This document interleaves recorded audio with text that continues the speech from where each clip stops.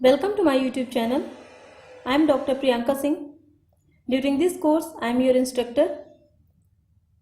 Course start करने से पहले मेरी आप लोगों से रिक्वेस्ट है, आप लोग मेरे चैनल को सब्सक्राइब कर लीजिए, जिससे आप लोगों को लेटेस्ट नोटिफिकेशंस मिलते रहें। टेलीग्राम पे भी मेरा एक चैनल है नोवर्स माइंड के नाम से ही, उसका भी लिंक आप लोग को डिस्क्रिप्शन बॉक्स में मिल जाएगा। आप लोग वहाँ से जाके मुझे ज्वाइन कर सकते हैं। नोट्स आप लोग को PDF फॉर्म में टेलीग्राम चैनल के थ्रू प्रोवाइड किए जाएंगे। ठीक है, तो आप लोग टेलीग्राम पे भी, अनअकैडमी पे और यूट्यूब में मुझे ज्वाइन कर सकते हैं। तो आज की क्लास अब स्टार्ट करते हैं हम लोग। कोर्स का नाम है आप लोग का learn C programming and this is the first class of this course. इस स्लाइड पे आप लोग मेरे बारे में कुछ इन्फॉर्मेशन देख सकते हैं, थोड़ा बहुत मेरे बारे में यहाँ से जान सकते हैं। ठीक है, तो हम लोग अब अपने आज की सेशन पे आ जाते हैं, आज के टॉपिक पे आ जाते हैं। हम लोग सबसे पहले कोर्स ओवरव्यू देखेंगे। कोर्स ओवरव्यू को हमने, जो सिलेबस है हमारा, उसको हमने 3 मॉड्यूल्स में डिवाइड किया गया है। First module, second module and third module. First module की अगर बात करें तो हम लोग बेसिक फंडामेंटल के बारे में जानेंगे, सीखे, like C language fundamental, character sets, identifiers क्या होते हैं, keywords, data types, constants, variables, statements, expression, operators and precedence of operators, input output, assignments, control structures, decision making and branching.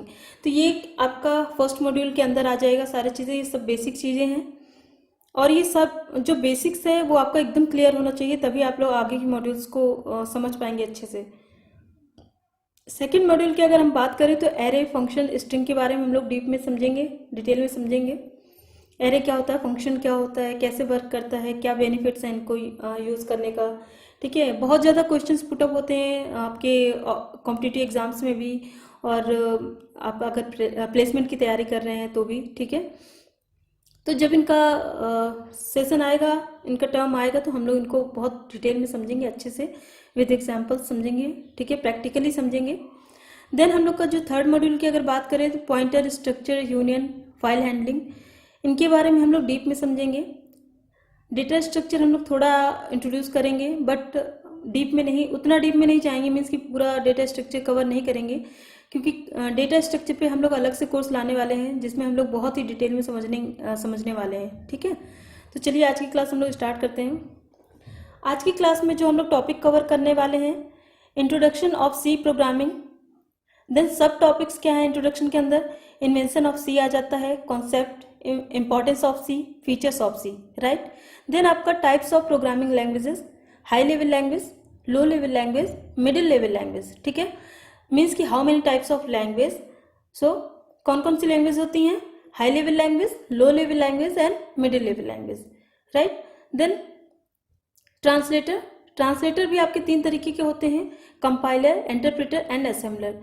ये क्या करते हैं, आपकी जो ह्यूमन लैंग्वेज है उसको कन्वर्ट करते हैं मशीन लैंग्वेज में, मीन्स कि एक फॉर्म से दूसरे फॉर्म में कन्वर्ट करने का काम करते हैं। तो जब हम लोग ट्रांसलेटर पढ़ेंगे, आज ही के सेशन में पढ़ने वाले हैं, तो हम लोग समझेंगे कैसे वर्क करता है। ठीक है, चलिए फर्स्ट टॉपिक में आ जाते हैं, C concept. C is one of the most popular language today because it is simple, structured, mid-level, machine independent and portable, rich in library, speed, pointer, recursion and extensible। तो ये कुछ features है सी के बारे में, जिससे हम लोग को पता चलता है कि सी इतनी पॉपुलर क्यों है आज भी, इतनी इंपॉर्टेंट क्यों है आज भी। C is a mother language for all languages, C is the base for all languages. Means C जो है आपकी सारी लैंग्वेजेस के लिए बेस इस्टेब्लिश करती है। ठीक है, सी आपकी जो लैंग्वेज है, जितनी वो पहले पॉपुलर थी, आज भी वो उतनी ही पॉपुलर है। क्यों है, क्योंकि हम जितने भी आपके जो ऑपरेटिंग सिस्टम्स हैं, वो सारे के सारे, उनका most of the part C में लिखा गया है। आपके जो डेटाबेस है, MySQL, SQLite, ये जितने भी हैं आपके, तो इनका भी मोस्ट ऑफ द पार्ट जो है वो सी पे लिखा गया है। आपके डिवाइस ड्राइवर्स होते हैं जो, वो भी सी में लिखे जाते हैं। ठीक है, तो सी का काम ऐसा नहीं कि सी आपकी पुरानी लैंग्वेज हो गई तो आज यूज़ नहीं होती, बहुत ज़्यादा यूज़ होती है, इसीलिए इसकी इंपॉर्टेंस आज भी बनी हुई है। ठीक है, अब एक एक पॉइंट्स के बारे में हम लोग समझ लेते हैं।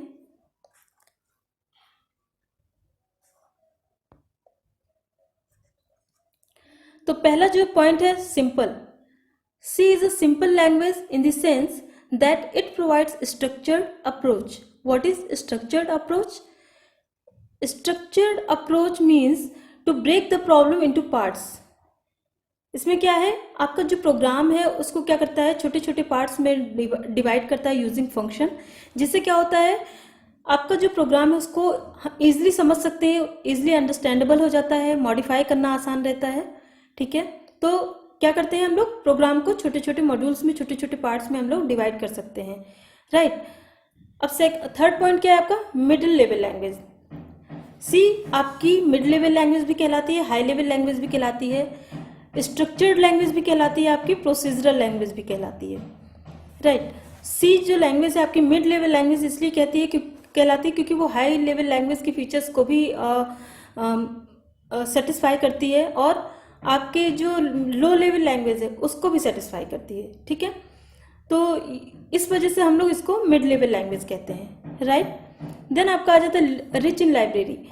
सी जो है वो रिच इन लाइब्रेरी है, इसमें बहुत से बिल्ट इन फंक्शंस आपको मिलते हैं, बिल्ट इन चीज़ें आप लोग को ऐसी मिलती हैं जो जिनसे प्रोग्रामिंग करना काफ़ी आसान हो जाता है। फॉर एग्जांपल आप लोग प्रिंटफ स्कैनफ का यूज़ करते हैं। प्रिंटफ स्कैनफ आपके बिल्ट इन फंक्शन हैं, मीन्स कि यूज़र डिफाइंड फंक्शन नहीं, उनको हम लोग नहीं बनाते। यूज़र डिफाइंड फंक्शन क्या होते हैं, जो यूज़र बना रहा होता है, यूज़र क्रिएट कर रहा है उसे। बट बिल्ट इन फंक्शन क्या है, जो पहले से उसमें बिल्ट है, इनबिल्ट है। ठीक है, तो प्रिंटफ, स्कैनफ, गेट ch और क्लियर स्क्रीन के लिए जो फंक्शन यूज करते हैं, ये सारे फंक्शन क्या हैं आपके, ये आपके यूजर डिफाइंड फंक्शन है, सॉरी बिल्ट इन फंक्शन है, मीन्स की लाइब्रेरी फंक्शन है जो कि पहले से इनबिल्ट है, राइट। तो इसमें क्या है आपका, अब हम लोग जब कोई फंक्शन यूज करते हैं, वैसे अभी हम इतने डिटेल में नहीं जाना चाहिए, अभी हम लोग बेसिक आज फर्स्ट इंट्रोडक्शन ले रहे हैं, बट फिर भी आपको बिल्ट इन और यूजर डिफाइंड में थोड़ा सा कॉन्सेप्ट क्लियर करना चाहूंगी। यहाँ पे हम लोग जो फंक्शन, कोई भी फंक्शन हम लोग डिफाइन करते हैं, सपोज हम यूजर डिफाइंड फंक्शन एक बना रहे हैं, तो उसमें तीन चीजें हमें ध्यान रखनी होती हैं। पहला तो उसका डिक्लेरेशन, सेकंड उसका डेफिनेशन, देन उसका कॉलिंग। मीन्स कि हम लोग फंक्शन को डिक्लेयर करते हैं सबसे पहले, देन उसको डिफाइन करते हैं, देन उसको कॉल कराते हैं। कॉल कराते हैं जब तब वो क्या करता है, प्रोग्राम का जो कंट्रोल होता है वो फंक्शनैलिटी कहाँ से उठाता है, जहाँ पे हमने फंक्शन को डिफाइन किया हुआ है, राइट। इसलिए फंक्शन को डिफाइन करना बहुत जरूरी है। बट बिल्ट इन फंक्शन में क्या होता है, हम लोग सिर्फ फंक्शन को कॉल करा रहे होते हैं, ना कि हम उसको डिक्लेयर कर रहे होते हैं, ना ही उसको हम डिफाइन कर रहे होते हैं। तो यानी जब हम उस फंक्शन को कॉल करा रहे हैं, उसकी फंक्शनैलिटी को एक्सेस कर रहे हैं, तो कहीं ना कहीं तो उसकी फंक्शनैलिटी डिफाइन की गई होंगी, कहीं ना कहीं उस फंक्शन को डिक्लेयर किया गया होगा, तभी हम उस फंक्शन को एक्सेस कर पा रहे हैं, कॉल करा पा रहे हैं, है ना। तो वो कहाँ है, आपके हेडर फाइल्स में। तो जब हम कोई प्रोग्राम बनाते हैं, कोडिंग स्टार्ट करते हैं, हम सिंपल सा प्रोग्राम बनाते हैं, तो सबसे पहला जो स्टेप होता है हेडर फाइल्स को इंक्लूड करने का होता है। हैज इंक्लूड stdio.h, सपोज ये हमने बनाया, तो वो क्या है, हेडर फाइल को उसने इंक्लूड किया, हाँ ठीक है। तो वहाँ पे हेडर फाइल्स में सारी डेफिनेशन उस फंक्शन की दी हुई है, तभी हम उस फंक्शन को कॉल करा पा रहे हैं। ठीक है, तो ऐसा बहुत सारी चीजें हैं, इसलिए इसको हम लोग बोलते हैं रिच इन लाइब्रेरी। ठीक है, स्पीड की अगर बात करें हम, तो सी की जो स्पीड है, प्रोसेसिंग स्पीड है, वो सारी लैंग्वेजेस से ज्यादा है, हाई है। ठीक है, चाहे वो C++ हो, जावा हो, पाइथन हो। एग्जीक्यूशन प्रोसेस जो है, स्पीड है जो इसकी, वो faster than other any languages, right. Then pointer, इसमें पॉइंटर की फैसिलिटी है। पॉइंटर आपका जब हम लोग पढ़ेंगे, बहुत डिटेल में पढ़ेंगे, उसको समझेंगे अच्छे से। ठीक है, पॉइंटर एक बहुत ही इंपॉर्टेंट टॉपिक है सी का, डेटा स्ट्रक्चर का, बहुत ज्यादा क्वेश्चन इससे पुटअप होते हैं। ठीक है, तो जब इसका टर्म आएगा तो हम लोग उसको भी पढ़ेंगे अच्छे से। देन रिकर्सन की अगर बात करें, तो रिकर्सन एक ऐसा फंक्शन है जो अपने ही अंदर अपने आप को कॉल कराता है। ठीक है, खुद के द्वारा ही कॉल होता है। ठीक है, function calling itself is called recursion function, right. तो सपोज हमने एक फंक्शन बनाया, किसी भी नाम से आप फंक्शन बना सकते हो। सपोज एफ नाम से हमने एक फंक्शन बनाया। एफ नाम का जो फंक्शन है, वो जब हम उसे कॉल करा रहे हैं, तो वो अपने ही एफ नाम के फंक्शन के अंदर कॉल होगा। ठीक है, फंक्शन का एक ब्लॉक होता है, उसी ब्लॉक के अंदर वो फंक्शन खुद ही, एफ फंक्शन ही कॉल हो रहा है, तब हम उसको बोलते हैं रिकर्सन फंक्शन, रिकर्सिव फंक्शन, और इस टेक्निक को बोलते हैं रिकर्सन। ठीक है, तो अभी बहुत टाइम है इसको समझने में, पहले अभी हम लोग बेसिक क्लियर करेंगे, तब हम लोग फंक्शन पे आएंगे, तो ये चीजें भी आपको क्लियर होंगी। रिकर्सन से भी बहुत ज्यादा क्वेश्चन पुटअप होते हैं। Then extensible, C language is extensible because it is it can easily adopt new features, right. C क्या है आपकी, ईजिली अडॉप्ट करती है न्यू फीचर्स को, इसलिए हम लोग इसको एक्सटेंसिबल कहते हैं, राइट।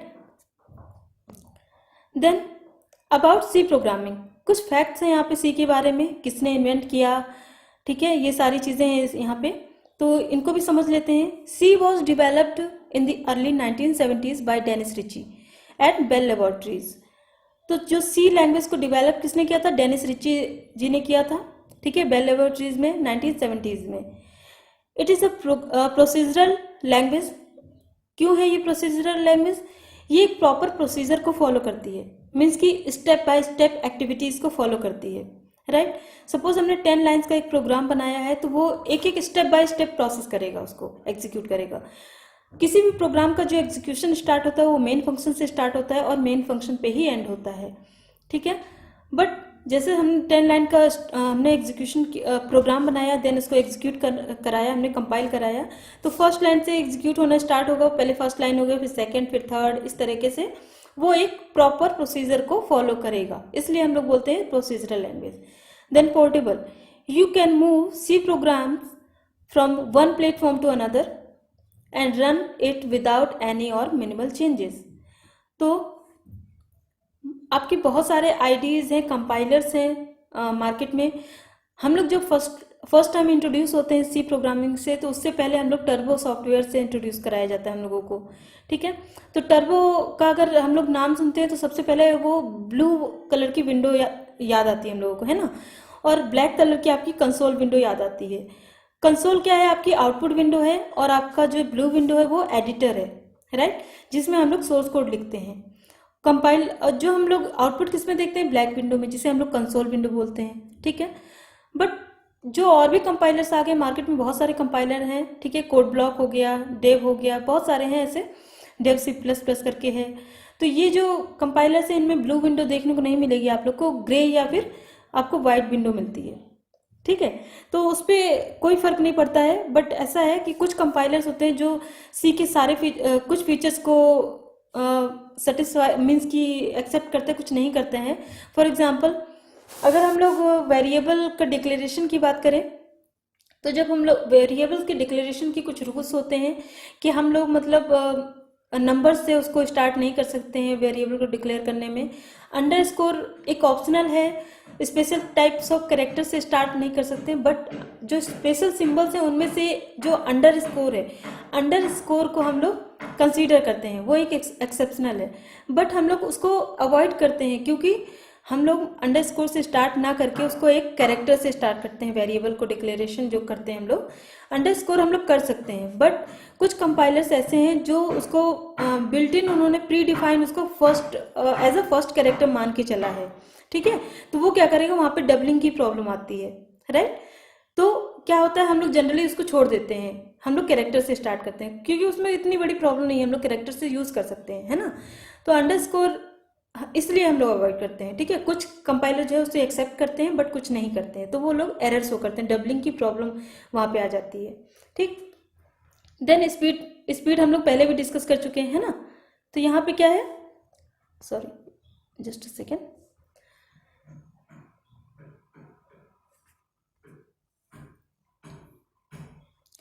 तो स्पीड में क्या है, C programming is faster than most programming languages like Java, Python etcetera, right. General purpose में अगर हम बात करें, C programming can be used to develop operating system, embedded system, then database,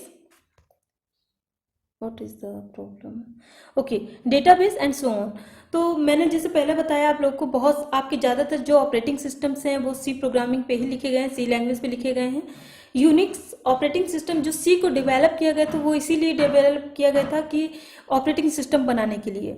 उसके बाद सी प्रोग्रामिंग का बहुत यूज़ किया गया डेटाबेस बनाने में। डेटाबेस जितने भी आपके लिखे गए हैं, चाहे वो माइस्क्यूएल हो, चाहे वो आपका ओरेकल हो, या फिर आपका बहुत सारे ऐसे हैं, मतलब ओरेकल, माइस्क्यूएल सर्वर, ठीक है, एसक्यूएल सर्वर, ये सारे जो हैं आपके लिखे गए हैं, एसक्यूएलाइट, ये सारे जो जितने भी डेटाबेसेस हैं ये आपके सी लैंग्वेज पे ही लिखे गए हैं। डिवाइस ड्राइवर की अगर हम लोग बात करें, जैसे हम लोग पेन ड्राइव यूज़ करते हैं ना सिस्टम पे, तो जो CSIT बैकग्राउंड से नहीं है उनको ये चीज़ जनरली नहीं पता होती, बस वो पेन ड्राइव यूज़ करते हैं, उनको ये अंदर का नहीं पता होता कि वो कैसे चल रही है, एक्सेस कैसे कर पा रहे हैं हम लोग उस पेन ड्राइव को। तो बहुत सारे उनके लिए हमें डिवाइस ड्राइवर इंस्टॉल करने होते हैं, है ना। कुछ बिल्ट इन होते हैं, पहले से आपके सिस्टम पे मिले होते हैं। पेन ड्राइव में भी डिवाइस ड्राइवर होता है, उसको इंस्टॉल करना पड़ता है। जब हम लोग फर्स्ट टाइम उसे यूज़ करते हैं तो वो इंस्टॉल होता है, ठीक है। उसको रीड करने के लिए जितने भी डिवाइस ड्राइवर बनाए गए हैं वो भी सी प्रोग्रामिंग लैंग्वेज पे ही बनाए गए हैं, राइट। एम्बेडेड सिस्टम की अगर बात करें, जैसे कि आपका वॉशिंग मशीन हो गया, AC हो गया, ठीक है, इनकी जो मतलब इनको जब इंस्टॉल किया जाता है, इनका जो इंस्टॉलेशन होता है, इनके लिए जो रीड करने के लिए जो इंस्टॉलेशन के लिए हम लोग जो सॉफ्टवेयर यूज़ होते हैं वो भी आपके सी प्रोग्रामिंग लैंग्वेज पे ही बनाए गए हैं, ठीक है। तो आप लोग समझ सकते हैं कि सी प्रोग्रामिंग लैंग्वेज कितनी इंपॉर्टेंट है आज भी। Okay, why learn C programming language? हम लोग सी प्रोग्रामिंग लैंग्वेज क्यों सीख रहे हैं? क्योंकि सपोज हमें कोई भी ह्यूमन लैंग्वेज सीखनी होती है, हम लोग को बात करनी है अगर आपस में, तो हम लोगों सपोज 2 लोग हैं, 2 पर्सन हैं, आपस में उन्हें बात करनी, तो उन लोगों को एक दूसरे की लैंग्वेज समझ में आनी चाहिए, है ना। हिंदी बोल रहे हैं, सपोज एक हिंदी बोल रहा है, दूसरा फ्रेंच बोल रहा है, तो वो कैसे बात करेंगे? या तो ट्रांसलेटर होगा वहाँ पे कोई जो हिंदी वाले पर्सन की लैंग्वेज को ट्रांसलेट करके फ्रेंच वाले को बताएगा, है ना, फ्रेंच वाले की लैंग्वेज को ट्रांसलेट करके हिंदी वाले को बताएगा, ठीक है। तो इसी तरीके से सी प्रोग्रामिंग लैंग्वेज भी होती है। C helps you to understand the internal architecture of computer, how computer stores and retrieve information. C language सीखने से हमें क्या पता चलेगा? कंप्यूटर के इंटरनल आर्किटेक्चर के बारे में पता चलेगा कि कंप्यूटर कैसे स्टोर करता है इंफॉर्मेशन को, कैसे रिट्रीव किया जाता है, ठीक है। उसके बाद after learning C it will be much easier to learn other programming languages like Java, Python etcetera, right.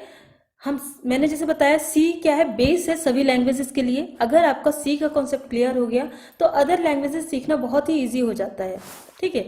Opportunity to work on open source projects, some of the largest open source projects such as Linux kernel, Python interpreter, SQLite database etc. are written in C programming, ठीक है। जैसा मैंने अभी बताया, ज़्यादातर आपके operating system हैं, या तो वो सारे के सारे या फिर मोस्ट ऑफ द पार्ट उन ऑपरेटिंग सिस्टम्स का सी लैंग्वेज में लिखा गया है, ठीक है। ऑपरेटिंग सिस्टम यूनिक्स जो है आपका, तो वो तो टोटली आपका सी पे लिखा गया है, राइट। इसके बारे में भी नेक्स्ट लेक्चर में हम लोग काफ़ी डिटेल में बेसिक ही पढ़ने वाले हैं, ठीक है। आपका पाइथन इंटरप्रेटर भी आपका सी में लिखा गया है, एसक्यूलाइट डेटाबेस भी आपका सी में लिखा गया है, ओरेकल भी आपका सी में लिखा गया है, माइस्क्यूएल भी सी में लिखा गया है, ठीक है। तो ये क्या है, आपके सब सी पे लिखे गए हैं। नेक्स्ट टॉपिक जो है प्रोग्राम। प्रोग्राम क्या होता है आपका? सेट ऑफ इंस्ट्रक्शन होता है। A computer program is a collection of instructions necessary to solve a specific problem. किसी प्रॉब्लम को सॉल्व करने के लिए हम लोग जो इंस्ट्रक्शन फॉलो करते हैं, उन इंस्ट्रक्शंस के कलेक्शन को हम लोग प्रोग्राम बोलते हैं, राइट। और ये जो मेथड या जो टेक्निक होती है या अप्रोच जो होता है, इसको हम लोग एल्गोरिथम बोलते हैं, ठीक है। यहाँ पे मैंने एग्जाम्पल भी शो किया है। एग्जाम्पल में क्या है? एग्जाम्पल में आप देख सकते हो, एग्जाम्पल में हमने यहाँ पे सपोज हमें इंग्लिश लैंग्वेज सीखनी है या फिर हिंदी लैंग्वेज सीखनी है, कोई सी भी लैंग्वेज सीखनी है, सबसे पहले हम लोग को उसका ग्रामेटिकली हमें पता होना चाहिए, उसका ग्रामर के बारे में हमें जानना चाहिए, मीन्स की सेट ऑफ रूल्स हमको पता होना चाहिए, ठीक है। तो सेट ऑफ रूल्स में क्या आ जाएगा? सबसे पहले हम लोग को तो उसके बारे में अल्फ़ाबेट पता होना चाहिए कि उस लैंग्वेज के अल्फ़ाबेट्स क्या हैं। अल्फ़ाबेट के बाद कलेक्शन ऑफ अल्फ़ाबेट आपका क्या बन जाता है? वर्ड बन जाता है। जब हम लोग अल्फ़ाबेट सीख जाते हैं तब हम एक वर्ड बना सकते हैं। वर्ड सीख जाते हैं तब हम उसको वर्ड के कलेक्शन को हम लोग सेंटेंसेस बनाने लग जाते हैं धीरे धीरे, ठीक।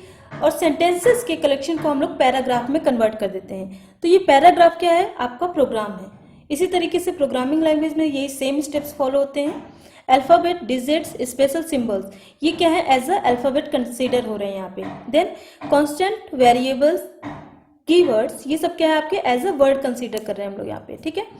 तो ये सब चीज़ें क्या है? बेसिक्स हैं। अब इनकी कलेक्शंस को इंस्ट्रक्शन कहते हैं और इंस्ट्रक्शंस की कलेक्शन को हम लोग प्रोग्राम बना लेते हैं, ठीक है। तो प्रॉपर इंस्ट्रक्शंस को फॉलो करके, प्रॉपर स्टेप्स को फॉलो करके हम लोग प्रोग्राम बनाते हैं, राइट। अब हम आ जाते हैं प्रोग्रामिंग लैंग्वेजेस पे। So there are three types of programming languages like low level language, high level language and middle level language.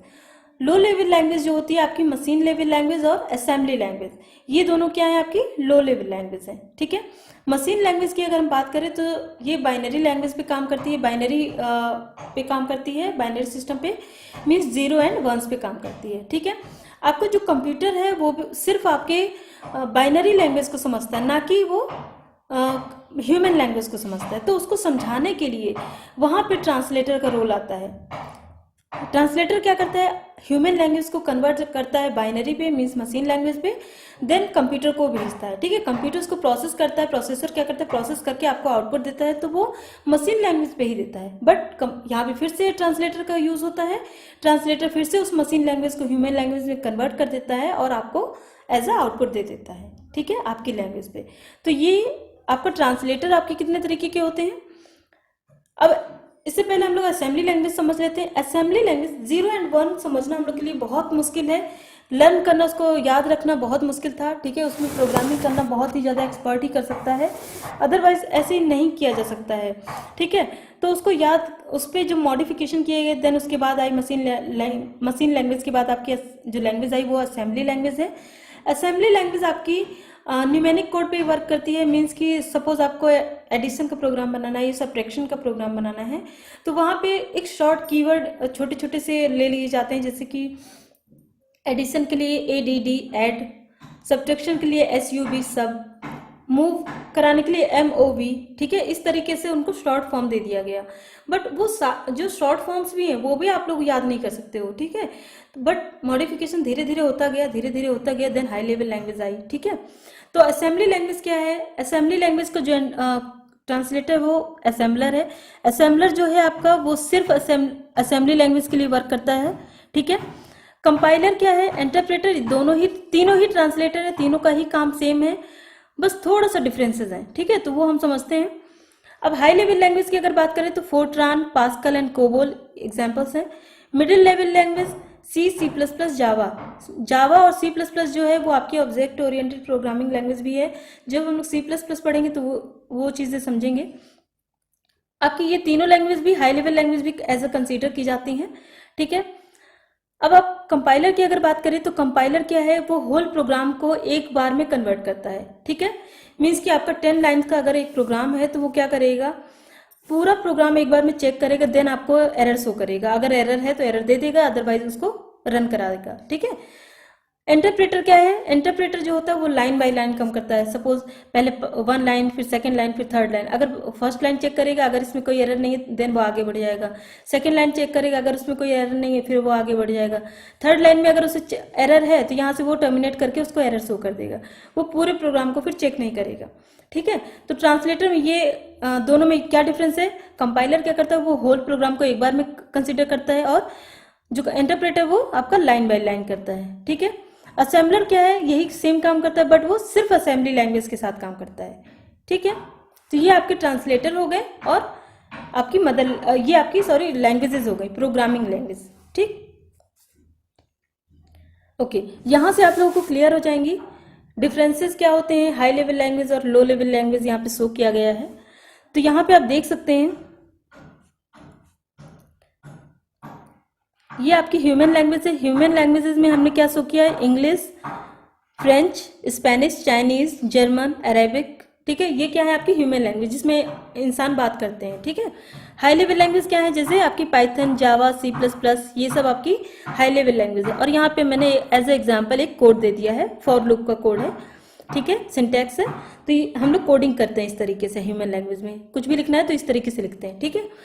Low level language क्या है आपकी, असेंबली और आपकी मशीन लेवल लैंग्वेज, ठीक है। असेंबली और मशीन लेवल लैंग्वेज में क्या आ जाता है, लो लेवल लैंग्वेज, ठीक है।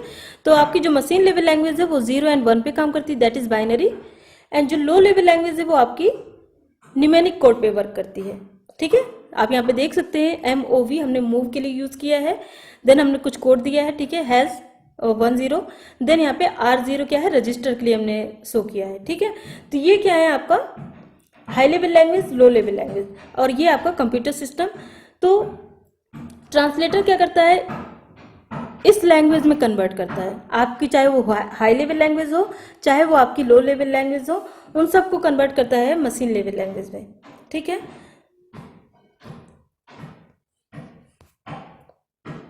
अब हम आ जाते हैं स्ट्रक्चर ऑफ प्रोग्राम पे। तो स्ट्रक्चर ऑफ प्रोग्राम जो है आपका, यहाँ पे मैंने बेसिक सा सिंटैक्स दिखाया है, स्ट्रक्चर दिखाया हुआ है एक प्रोग्राम का कि हम लोग क्या कैसे बनाते हैं। ठीक है, तो यहाँ पे आप देख सकते हैं, सबसे पहले जो हम लोग इंक्लूड करते हैं यहाँ पे header files, right, include header file section. यहाँ पे हेडर फाइल सेक्शन दिखाया गया है। तो जैसे ही हम लोग कोई भी प्रोग्राम बनाते हैं या कोई भी प्रोग्रामिंग लैंग्वेज हो, उसमें हम लोग सबसे पहले हेडर फाइल इंक्लूड करते हैं। ठीक है, हेडर फाइल में क्या है, हैज इंक्लूड stdio.h सपोज। ठीक है, तो वो क्या है आपका, सबसे पहले हमें प्रोग्राम को ये बताना होता है कि जो भी चीज़ें हम आगे लिखने वाले हैं उनकी डेफिनेशन, उनके बारे में जो इन्फॉर्मेशन है वो इस हेडर फाइल में है। ठीक है, इसलिए हम लोग सबसे पहले हेडर फाइल इंक्लूड करते हैं। देन ग्लोबल डिक्लेरेशन सेक्शन, ये क्या है, ग्लोबल डिक्लेरेशन सेक्शन।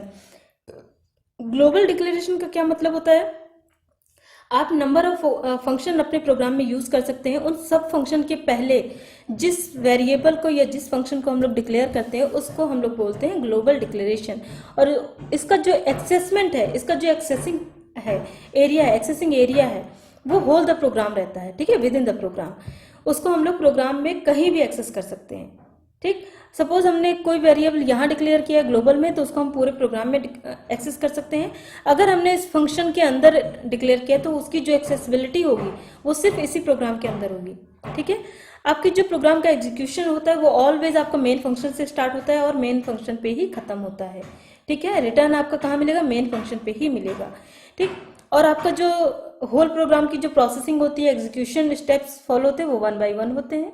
ठीक है, तो ये आपका बेसिक सा स्ट्रक्चर है। ये आपका यूजर डिफाइन फंक्शन है, यूजर मीन्स हम लोग डिफाइन कर सकते हैं, और मेन फंक्शन आपका रहता ही रहता है, मस्ट है ये, इसको आपको बनाना विद इन द प्रोग्राम। ठीक है, तो इस तरीके से आप प्रोग्राम बनाएंगे। जब हम लोग इसको इम्प्लीमेंट करेंगे तो ये चीज़ें सारी क्लियर हो जाएंगी आप लोगों को, राइट। तो आज के सेशन में इतना ही, कुछ बेसिक्स हम लोगों ने डिस्कस किया, हम लोगों ने समझा सी प्रोग्रामिंग के बारे में। नेक्स्ट वीडियो लेक्चर में हम लोग और भी थोड़ा सा बेसिक ही समझेंगे। ठीक है, इसके बारे में। तो आप लोग बने रहिए, मेरे चैनल को सब्सक्राइब करिए। ठीक है, और ये इन्फॉर्मेशन ज़्यादा से ज़्यादा लोगों के साथ शेयर कीजिए आप लोग। Thanks for watching, thank you everyone, thank you so much.